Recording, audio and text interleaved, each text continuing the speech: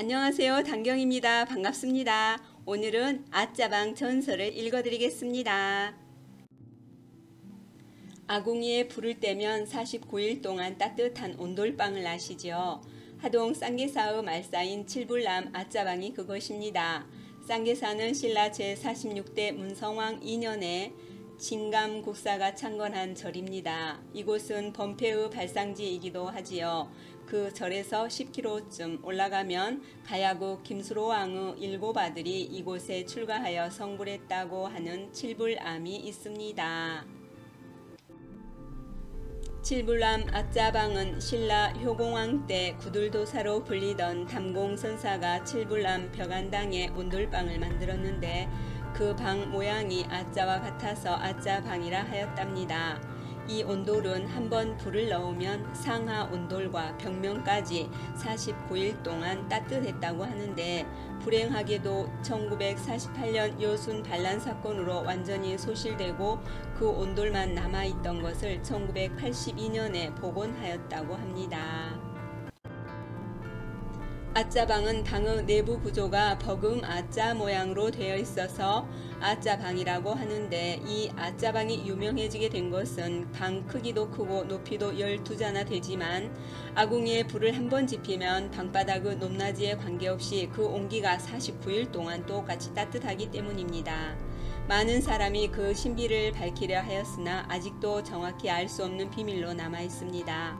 지게에다 장작을 지고 아궁이 깊은 곳에까지 들어가서 나무를 쌓아서 불을 지폈는데 굴뚝에는 구멍을 조절하는 여닫이 장치가 있어서 이것이 온기를 유지하는 데 결정적 역할을 하는 것이라고 합니다.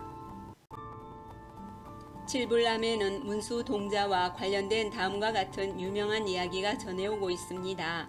칠불나무 아짜방은 가장 유명한 선방으로서 이곳에 입실하여 공부하려면 참선 경력이 10년 이상 되어야 가능하다고 합니다. 때는 조선 중엽 하동 군수로 발령받은 정여상이 칠불남 아짜방이 유명하다는 이야기를 듣고 초도 순시차 쌍계사를 방문하여 정심 공양을 한 후에 스님들이 정진하는 아짜방을 보기를 원했습니다. 쌍계사 주지 스님이 그곳은 참선 수도하는 스님네만 입실이 허락되며 출입이 통제되었다고 설명을 했음에도 군수는 자신의 지위를 앞세우면서 막무가내로 고집을 세우는지라 스님은 어쩔 수 없이 칠불암으로 안내하게 되었습니다.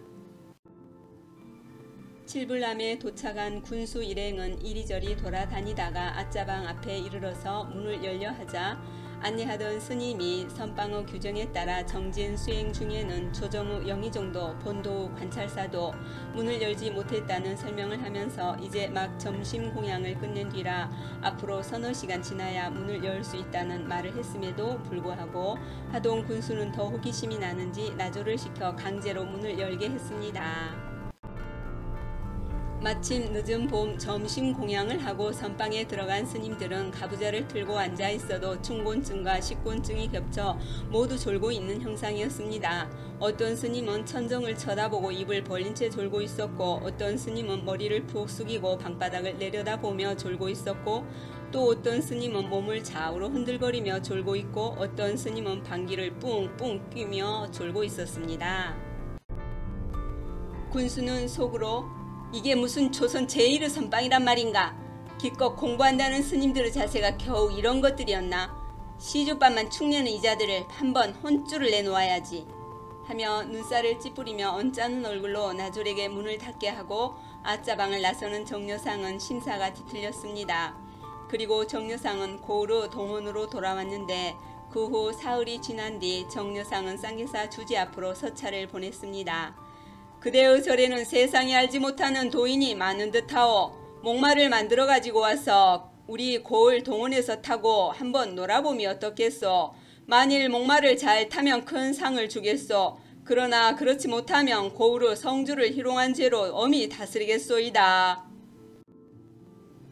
군수 서찰을 받아본 쌍계사에서는 당황스러운 나머지 각 암자의 대중들을 모아 대책회의를 열었습니다. 주지 스님께서 먼저 입을 열었지요.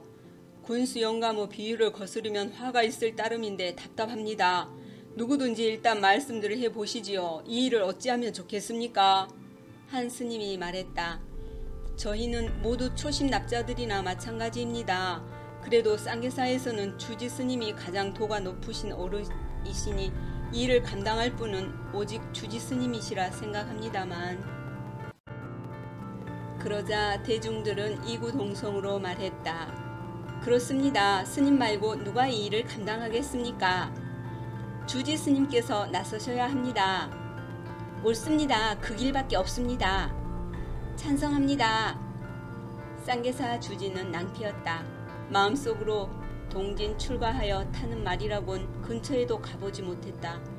그렇다고 다른 스님들이 나서지 않으니 어떻게 하면 좋단 말인가 하며 망설이고 있는데 그때 말석에 앉았던 12서너 살 정도 되어 보이는 사미가 나서더니 말했다.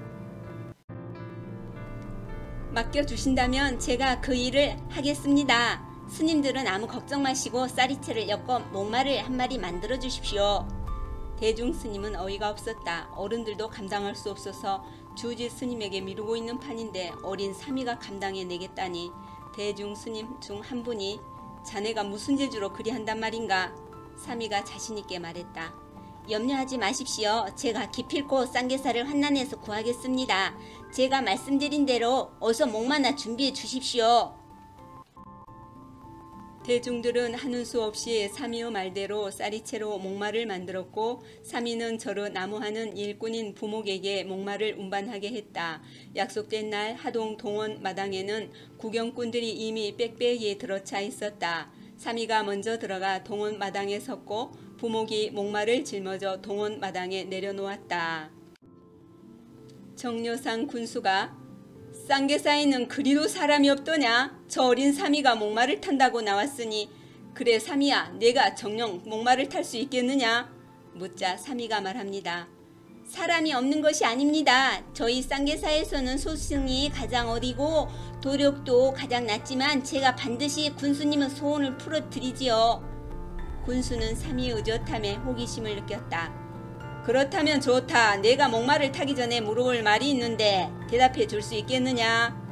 네, 소승이 비록 저희 수도 도량에서 가장 어리고 또한 공부도 적지만 말씀만 하신다면 대답해 올리겠습니다. 그래, 내가 며칠 전 쌍계사 칠부람에 갔을 때 들은 말로는 앞자방에는 도인들만 있다고 했는데 내가 보기에는 앉아있는 모양새가 영 도인 같지 않더구나. 원 군수 영감님도 도인이라고 뭐 특별한 모습이 있겠습니까? 겉모양으로만 사람을 판단할 수는 없겠지요. 하긴 그렇기도 하지. 그렇다면 묻겠다. 하늘을 쳐다보고 입을 벌리고 있는 스님은 무슨 공부를 하는 것인가? 네, 앙천 성수관이라는 공부입니다. 별과 달은 왜 쳐다보고 관합니까? 네, 위로 하늘의 천문을 보아 별의 움직임과 달의 움직임을 관통해서 내년에는 비가 많이 올 것이냐 바람이 원만하게 불 것이냐를 알아야 중생을 제도할 수 있는 것입니다. 비가 많이 오면 비에 대비하고 바람이 많이 불면 바람에 대비를 하는 공부이지요. 그럼 고개를 푹 숙이고 땅을 내려다보며 졸고 있는 스님은 무엇을 하는 스님입니까?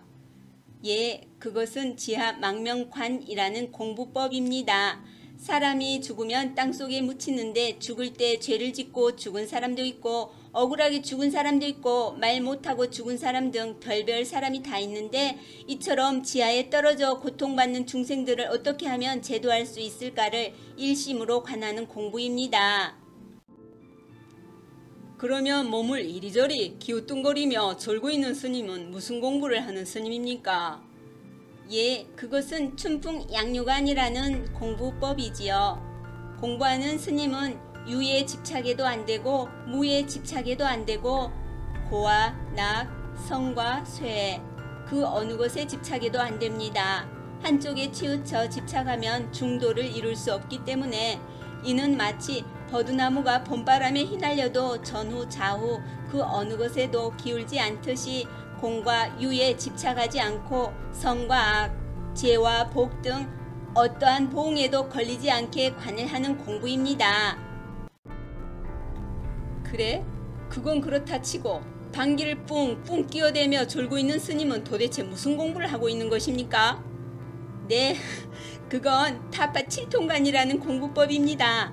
사람이 무식하기만 하고 고집만 세어 나무 말을 듣지 않고 뭐든지 제 마음대로만 하려는 군수님과 같은 7통 무리들을 깨닫게 하는 공부입니다. 군수 정려상은 앉아있는 여러 아정과 관료들 그리고 백성들을 돌아보며 무한한 표정을 지으며 말했다. 너의 식견이 이처럼 논리정연하고 고매하니 쌍계사 도승들이야 더 말할 게 있겠느냐. 이제 더 물어볼 말이 없구나. 어서 목마 나타 보도록 해라. 삼이는 자리에서 벌떡 일어나 쌀이채로 만든 목마 위에 턱 걸떠앉더니 고사리 같은 여린 손으로 마루 궁둥이를 후려치며 말했다. 어서 가자 목마야. 미련한 우리 하동군수 영감님의 칠동같이 어두운 마음을 확 쓸어버리자. 그리고 그 마음에 태양처럼 밝은 부처님의 반야 광명이 비치게 하자꾸나. 삼이가 한번 발을 구르니 쌀이채로 만든 목마가 터벅터벅 걷기 시작했다. 목마는 동원마당을 대여섯 바퀴 돌더니 둥실둥실 공중으로 떠서는 연기처럼 사라져 버리고 말았다. 군수와 육방 군속들 그리고 구경 나온 온 고을 백성들은 너무나도 놀라 벌어진 입을 다물 줄 몰랐다. 그 자리에 참석했던 스님들은 그 삼이가 다름 아닌 문수동자의 화연임을 뒤늦게 깨달았다. 그리고 삼이가 목마를 타고 사라져 간 쪽의 하늘을 향해 무수히 많은 절을 올렸다. 한편 군수 정려상은 그 뒤부터 마음을 고쳐먹고 쌍계사와 아짜방의 스님들을 생불처럼 공경하고 공양하였으며 불심을 크게 내어 부처님의 가르침을 독실하게 믿게 되었다고 합니다. 또 육방 군속들을 비롯하여 하동 군민은 물론 백성들도 부처님을 신봉하게 되었고 부처님의 교법이 널리 퍼져 마침내 화장 장엄 세계를 이루게 되었다는 아짜방에 관련된 전설이었습니다.